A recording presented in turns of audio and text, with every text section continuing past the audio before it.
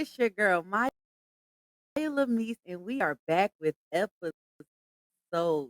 Oh my God. I was first and foremost. I want to thank everybody who watched the first episode because it was nerve wracking. When I say I have been procrastinating, I can't even really say procrastinating. I was trying to start the podcast with so many different people, so many different times. And my sister-in-law just kept saying, do it by yourself. Do it as equipment for the longest. Do it by yourself. You're be a platform. People like you know they don't need to see you with somebody else. And just to know that, and y'all, I don't care. I celebrate the small victories. Getting over 50 streams, my first, like, and this was just on YouTube. I haven't even checked the analytics to see what I did on Apple Music and what I did on the other platform. I haven't checked to see, but I thank y'all so much for the love, for the support, and I know it's only going to grow. Okay. This week we're gonna talk about breaking the cycle of childhood trauma. That is a big thing in our community. Childhood trauma affects so many different people in so many different ways. Okay.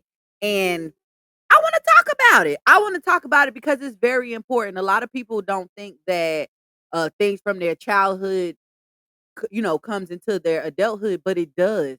The way you parent your kids, the way you act in relationships, the way you act at work, the way you respond when people hurt your feelings, all of that comes from childhood trauma. You might not think it do, but it definitely does. And it took me going to therapy really to understand that. And I've been in therapy for over a year. I haven't been in a minute because, my therapist went on on her own, and I'm okay with that. I'm all about supporting black-owned businesses, okay? I just don't have it in my budget right now. Her prices are good, but I'm still working a job, y'all. So send this to a friend, tell a friend to share it to a friend so we can get me off this job, honey. Anyway, I just wanted to talk to y'all a little bit about my journey, about my childhood growing up. A lot of people don't know or do know if you've been following me for a while. I had mommy issues. I no longer have mommy issues. Shout out to you, girl. Shout out to my mama. I love you, girl, and I'm glad that we are able to grow and get to know each other better now. But growing up, my childhood was crazy. My mother had 3 kids by the time she was 18. I was her fourth child. I didn't know who my biological father was, but I didn't know that my whole life. I thought that it was a different man that was my father. Well, it was between two men. Um, that I thought was my father's, and then also I have my stepfather who raised me since I was 2. Shout out to you, daddy. I love you. Okay. Anywho, but yeah, my mom, she was a child raising kids. Like she was a kid raising kids, and that's why I don't fault her for our relationship. I don't fault her for anything that she does. I understand that she did the best that she knew how, but a lot of people don't know that. And it took me, I didn't learn this till after I turned 30, and I'm 32. So that just tells you something. I just learned this within the last, okay? Um, but my teenage years, well, no, let's go back to my childhood. My childhood, I was always a chunky kid. Hell, I'm a chunky adult, and I'm okay with it because my husband like it. Okay, shout out to the BBWs. Okay, because Drake said that's right. I like my girls BBW. Ow. Okay. Anywho, even though I done lost some weight, y'all don't come for me. I'm still a BBW. I don't care. I'm gonna always be a BBW. Shout out to Lizzo. Okay, because you done lost some too, my girl. Anyway, when I was younger, because I was a chunkier kid, I had chunky nicknames. I was always fat girl, fat mama, fat this, fat. It was always something fat, okay? And that affected me as a child because my sister, my oldest sister, was always the chocolate Barbie doll. She was always the chocolate Barbie doll. So comparing being fat to a chocolate Barbie doll, baby, I feel ugly, okay? Even my aunt, y'all, my nickname from my aunt was Little Linebacker, okay? Little Linebacker was my nickname. And I know it was all fun and games, it was cute nicknames, but they don't know how that affects you as a kid going into a teenager, going into a young adult to your adulthood. Right. So that messed with my confidence a little bit because when I became a teenager, baby, I had a time, okay? Because don't let people get it twisted.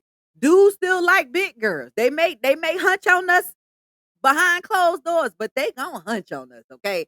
And I was doing a lot of hunching. Okay, I learned that when I moved to the South. Y'all know I'm from Jersey by way of Augusta, Georgia. Now I'm in South Carolina. Okay. Yeah, they still hunch on us. And I was giving it out to any dude who thought I was pretty. I was a good girl, don't get me wrong, because Okay, it was a time when I was a kid, Augusta had a whole list where they was like listing out all the hoes. I was not on none of them lists, which means I was a good girl. Okay.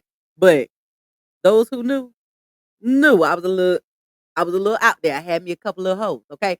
Anyway, that's neither here nor there. But that's how that affected me. Anybody who thought I was pretty, I thought, oh, this is love. This is what love feels like. This is, and I'm just like, now that I'm an adult, I wish I didn't do that. Which no, because I live life. I feel like everybody need to live life before they get married. They do. They need to live life before they get married. But going into my young adult years, I still had mommy issues. I still had self-esteem issues. A lot of my friends that's known me for a long time, they would tell you that I'm a pretty confident person. And I would tell you that's a damn lie. Okay.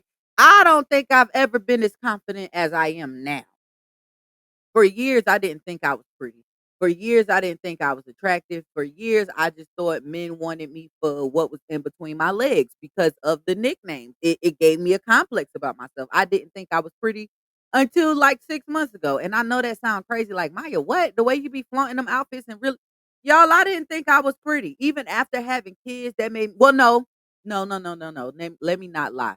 Because when I was like in my early 20s, I knew I was that girl, okay? Because I was thick in all the right places and I could take anybody man. I had any man that I wanted. Okay. I don't know why I compare being cute to a man, but that's just what it was. And then once I had kids, I lost myself again. A lot of people don't talk about postpartum depression and stuff like that, but I lost myself again. And for years I didn't think I was pretty. I'm just now starting to think I'm pretty again. And you know, I might be a little okay for those of you watching. Make sure you go check out my socials, my Mya Lamis on it. What I look like for those of you listening. For those of you watching, hey y'all, I think I'm cute. Anyway, but that's really how it affected me. It put me in the mindset of I'm not cute, I'm not worthy, I'm not. Let me find the word for y'all because y'all know I be trying to find my words. I am not worthy of love. I am not worthy of someone actually liking me for me. I'm not worthy of somebody liking me past what I can do for them. It also made me feel like with the stuff going on, my mother, that made me feel like if my mom doesn't love me, who else is gonna love me? And I battle with that still to this day. Cause sometimes when me and my husband get into it, I be like, I know you don't love me because my mama ain't love me. And I've stopped doing that now, but I really had a complex about myself. I had trust issues and all of that because I legit felt like if my mom don't love me, who else is gonna love me? If the person who gave me life don't love me, who else is gonna love me? And it took me a while to get out of that. It took me going to therapy. I've actually been to therapy twice. The first time it really didn't work out. I actually had a male therapist at first. And I went to therapy solely to get over my anger issues because I had a child and I just found myself getting extremely upset. Not with her, but just in general. Like she was a kid being a kid. I'm like, man, sit the fuck down. And I know I shouldn't have been saying stuff like that. But it was my anger. I didn't know how to express myself. It was always like that's what I seen growing up. Like that's what it was. So I wanted to go to therapy so I can be better for my daughter. And don't get me wrong, he was a really good therapist. He just wasn't the therapist for me because I don't really feel like I changed as much as I've changed now. And those of you who've been following me for the past year, y'all have seen my changes. Y'all have seen my growth. Y'all have, because baby, I was bad. I'm talking about you say something to me, I'm out the mouth with just listen. I say hurtful things when I get mad. I do. I am a person who very hurtful things. I am not Michelle Obama, baby. When you go low, I go to hell. I'm not going high. I'm never taking the high road. I don't feel the need to take the high road. I never did. So, and also, I'm a nice, genuine person. So when I feel like you done mess me over, you deserve everything that I'm about to give you because you didn't have to give that to me because I would have never gave it to you unless you gave it to me. So yeah, it took me a while to get out of that. Okay. I actually ended up going to jail after having my daughter, but for something that happened before I had my daughter. Let me tell y'all the situation, y'all. Let me make it real quick and real brief because I ain't trying to go to jail again, okay? Jail is not for me, it's inhumane. I actually got to put that out there. It's very inhumane, but I'm gonna get to that in the story. So the situation was this. My sister got into it with a dude on Facebook. I want to say it was, yeah, they got into it on Facebook. Facebook had this messy group. And my sister got a lot of mouth. Okay. She got a lot of mouth. My middle sister, yeah, that's why we don't take her nowhere because she that person who get everybody into a fight and she don't even fight for real. She probably can fight. I don't know. but she don't fight, okay? She just got a lot of her choppers be chopping. And, I don't know why her and him got into it, but she called me like, "Hey, I'm getting into it with this dude on Facebook." I'm like, "Okay, bet. Tag me in it." She tagged me in it. I am the baby D of my family. Let me give you that disclosure. I am the baby D of my family. When anybody in my family get into it, they call me because they know when I first of all, they call me when they want stuff to go to a next level.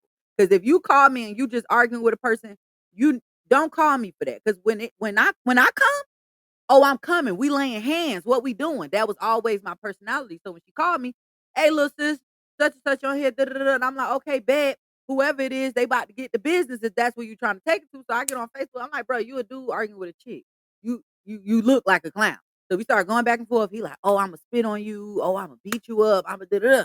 And those of you who know me, I am from New Jersey. You will never threaten me and think that's gonna fly. We gonna be like Cardi B, baby. We gonna be forever. Do you hear me? I don't play them type of games. When we beef forever, Bookie. I'm not playing with you. So when he said that, I'm like, bet if I ever see you in person, it's up. Like it's on site. So months went by. I'm telling y'all, months went by. I'm talking about maybe even a year went by. I'm not quite sure how long it was that went by, but it was enough time that I probably should have let that shit go, if I'm being honest. And this is the healed me talking, not the old toxic me talking. The healed me could have just let that shit go. But okay, boom. So one night, me and my best friend, we supposed to be going to the club for her boyfriend at the time's birthday, but he didn't even go out for his own birthday. That's why I was trying to figure out why did we still go out with him for his birthday, and he didn't even go out for his birthday. I forgot why. I think they got into it. I don't know. But he ended up not going out for his birthday. And when he didn't go out, we still went to the club. We ended up seeing Buddy in the club. Well, no, we didn't see him in the club. We seen him after the club. And we outside, we just talking, we just killing it, blah, blah, blah. I say killing it, kicking it, blah, blah, blah, blah, blah. And then we see Buddy and he just like winking and blowing kisses, like antagonizing me. Cause sir, who are you? I don't even know you in real life. Who are you? Like, why are you playing with me? So I'm like, I peeped, that's who it was. The first thing I did, I was like, "What's up?" Like, "What's up?" And then he just smiling and still, and I just spit on him, hit him, boom. I don't care, y'all. I'm really like that. I don't play with people like that. So then me and Buddy get to tussling and stuff. He ended up getting me off of him because I was on him. I was really doom, doom, doom, doom. So then he get me off of him. He pushed me to the ground and he start running. I get up, start running after him. At the time, I was a big girl. I'm still a big girl. I don't do too much running. So I stopped and I was like, "All right, bro, got it." So then boom, me and my friends get back to my apartment. We get back to my apartment. I get a call on my phone. How this man got my number, I don't know. It wasn't my phone. It was my homegirl phone that got the call. 'Cause I was about to say, "How he get my number?" Now that I thought about it, no, he did not call my phone. He don't have my number. We don't know each other. My homegirl got a call, and they was like, "Oh, tell Maya to come back to where she just came from." I'm like, "To the club? I'm not coming back to the club, but I'll send you to Addie." He like, "Oh, my sister about to woo woo woo." I'm like, "Bet, tell your sister to pull up." He like, "Nah, come back to where you came from. You bust the windows out my car. I don't even know where you live at. I don't know where you live at." Okay. So then he like, "Yeah, come back," and I'm just like, "This is tiring. I will give you my address, but other than that," he like, "Oh, the police are waiting on you." I'm especially not coming to your house. Now you told me the police waiting on you. Now I was riding for your sister. I was gonna mop your sister the same way I mopped you. But you told me the police there. I'm not coming over there. What's wrong with you? So then literally a whole couple years had passed. Cause now at the time when that happened, me and my husband was just boyfriend and girlfriend. We was living together. And then we done got pregnant, moved to Columbia, South Carolina, and I had my daughter. Then me and my sister got into it. Me and my sister got into it. The same sister that called me to get into that situation with him, me and her end up getting into it. And she ended up hit me in my stomach with a jug of bleach. And I was like 8 months pregnant. So me and her fell out or whatever. And I'm trying to see. What? Yeah, me and her got into it, and a couple months after that, I get a letter in the mail saying I need to go to court. I go to court for her. The judge looking at us like we crazy, like y'all sisters. And my mother was testifying against me, y'all. My mom was testifying against me. Like she legit was like, "Yeah." I said, "That's my mom." And the judge was like, "This case is dismissed." So the deputy come stop me, like, "This is your name, right?" And I'm like, "Yeah, And he's like, "Yeah, come with me." So they end up arresting me for the busted window. By that time, I had done forgot who Buddy was. I got a daughter. This is the day before my daughter's first birthday. I am getting arrested on felony charges for it was felony criminal damage to property. Y'all, I was so terrified and jail is so inhumane because I got there, they made me take my hair out. I had this big old afro. Imma see if I can find the mug shot so I can put it on the video that's going up on YouTube. I had big old afro. I was crying, tear marks. I was so upset because I done forgot all about this situation and now I'm in jail. I'm in jail. Are you kidding me? So then fast forward, my husband and my sister-in-law got me out of jail. Mind you, I told you me and my mom was beefing, me and my sister was beefing. My mama and my mama called my husband to tell him I was in jail, but she was laughing about it. But my sister-in-law and my friends were at court with me. So they had end up calling my husband anyway. So him and my sister got the bond money together. I spent 9 hours in jail. When I tell you I never want to go back, jail is not for me. I had to use the bathroom in front of people. I had to not only use the bathroom in front of people, but um when I got there, the little officer made me take a shower, and I know people like, "Why you mad you had to take a shower?" Because I had just took a shower before I left the house. I was smelling all good and everything. You want me to wash this off with this jail water? No. She was like, "You in my house now." And I'm like, "Oh, yeah, that's not for me. I'm in this lady house. I can't even buck on her because she the officer. Imma end up doing actual time if I buck on her." That's when I realized jail ain't for me because I can't say nothing back to the officer. But, fast forward after that, that case lingered on for 6 years. That case just got dismissed in May of 2024, I wanna say. It was either May of 2024 or May of 2023. That case lingered over me. I couldn't get a passport. I couldn't get anything. And I was just so distraught about that. But my husband wrote, he was like, "You know what? You can't travel out the country. I can't travel out the country. I got your back, boo." And I was like, "Thank you, baby." But yes, I overcame all of that. Me and my husband, we end up going on to have a second kid. Everything was good, but then I just still felt myself being angry. Like anytime, like I end up getting to a fight with my husband's cousin because he stole out my baby piggy bank, and I don't play like that. I don't when it come to my husband and my kids or my money, I don't play with people or my sister in law. I don't play about her either. Like I ended up fighting one of his cousins, and his cousin was a dude. Like I was just an angry person. I was like, you know what? Before I ruin my kids, let me go to therapy. Let me go get help. I don't wanna ruin them. I don't want them to have a complex like how I have a complex. I don't want them to have anger issues. I don't want them going to jail. I don't want like, if I can just go through it all to make sure they don't have to go through it, that's my goal. So I went back to therapy and I found an amazing therapist, okay? If you are on any of my platforms, link in my bio, you can go book her, okay? She is amazing. That's how much I love her. I am willing to share her with the world, okay? Because she is just that amazing. Um, so yeah, I was just like, you know what? Let me work on my mental health because mental health is very, very, very important. And now I'm just redefining me in every aspect. So that's what I'm redefining me in every way. I'm talking about mentally, physically, emotionally, spiritually, and financially. I'm trying to go up financially as well. So I have a segment, guys, that I am naming all the alleys. And it's what I just said mentally, emotionally, physically, spiritually, and financially. I'm trying to grow in all those areas. So therapy helped me get better, mentally and emotionally. So I created a game plan to keep me on track, and I call it my future self will thank me. Okay. My future self will thank me is things that I do to keep myself on track. So I want to share it with y'all just a little bit, just share with y'all some things that I do. Okay. So I redirect negative thoughts to positive.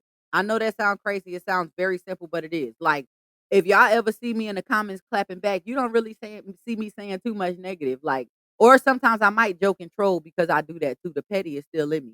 But I try to turn it into a positive. Like somebody was like, "Oh, your content is not worth watching. You're so dumb." And I was like, "Oh, but you just watched it. Thank you so much for your support."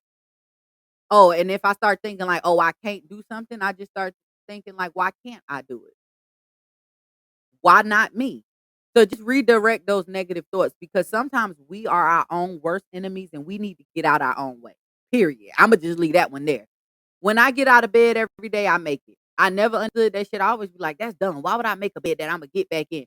But it makes a difference because lounging in your bed contributes to depression, in my opinion. That I don't know if that's a found fact. If it is a fact or if it's not a fact, y'all can drop it in the comments. But I felt like for me, lounging in my bed made me more lazy and more depressed because I didn't feel the need to do nothing because I'm in the bed. What Imma get up and make the bed up for if Imma just lay back in it? And if I'm laying in the bed, I don't need to make no content because I'm laying in the bed. I need like it was just I was just giving myself every excuse. So every day I get up, I get out the bed, I make my bed. Once I make my bed, I'm not getting back in my bed till it's time to go to bed. I might lay on it to watch TV later on, or I most of the time I try to sit at my desk or you know, I be trying to focus.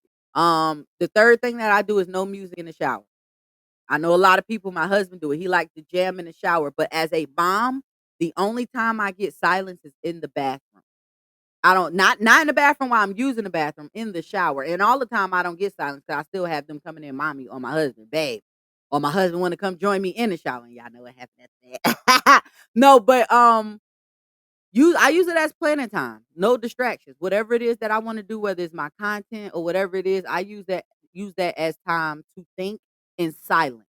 Whether I need to reflect on something that I feel like I did wrong or I need to plan something out. I use my shower time as planning time because that's the only time I personally can get complete silence.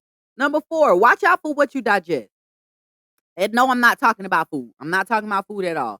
When you follow negative people that keep up drama and you watch a bunch of negativity, that makes you negative. That brings negative energy into you. Like because you just also like watch, like, for example, every time I watch baddies, I feel like I need to fight somebody. I don't know why. It just bring the old me back out. I love baddies. It's very entertaining. But now I started to watch it, like I said, change a negative into a positive. I started watching it from a healed angle, like, "Ooh, these girls need help. They shouldn't have did that. That was so childish." Like I might start doing episodes where I analyze what goes on in these shows and show you how we as people can be better and do better. Because a lot of it be if you just mind your own damn business, it'll keep you out of trouble. But just watch what you digest. Watch who you follow. Watch who you hang around. And I'm not saying hang around people who think like you because everybody don't have to think like you. It's okay to have a difference in opinion, but don't just be digesting that negative stuff because it brings negativity into your life. Okay. Number, what is it? 5, I journal. I have so many journals, it's ridiculous. I have a gratitude journal. I have my content planner. I have a manifestation journal. I journal. I get my thoughts out. I have to. Journaling helps. If you can't get to a therapy session or you feel like you don't have nobody to talk to, write it down. If you also write it down and you don't want nobody to see it, you in fear that somebody gonna read it or something, write it down and shred it. Write it down and burn it. Write it down and just get rid of it. But just get your thoughts and your feelings out. Get it out of your body, out of your head. Okay. So those are some of the 5 things that I do with my future self would thank you. Um Physically, I change what I eat. A lot of people ask, "Maya, how did you lose all that weight?" I change what I eat. I cut out beef, I cut out pork, I cut out sides, and I cut out dairy. We not supposed to be drinking cow milk. But it's time to make a mindset change, y'all. It is definitely time to make a mindset change. We have to be willing to change ourselves because nobody else can do it for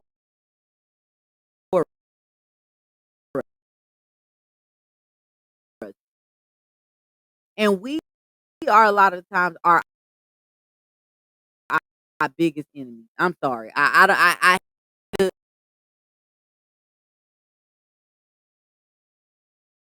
We gotta want better for our. So if you want like I want better for myself,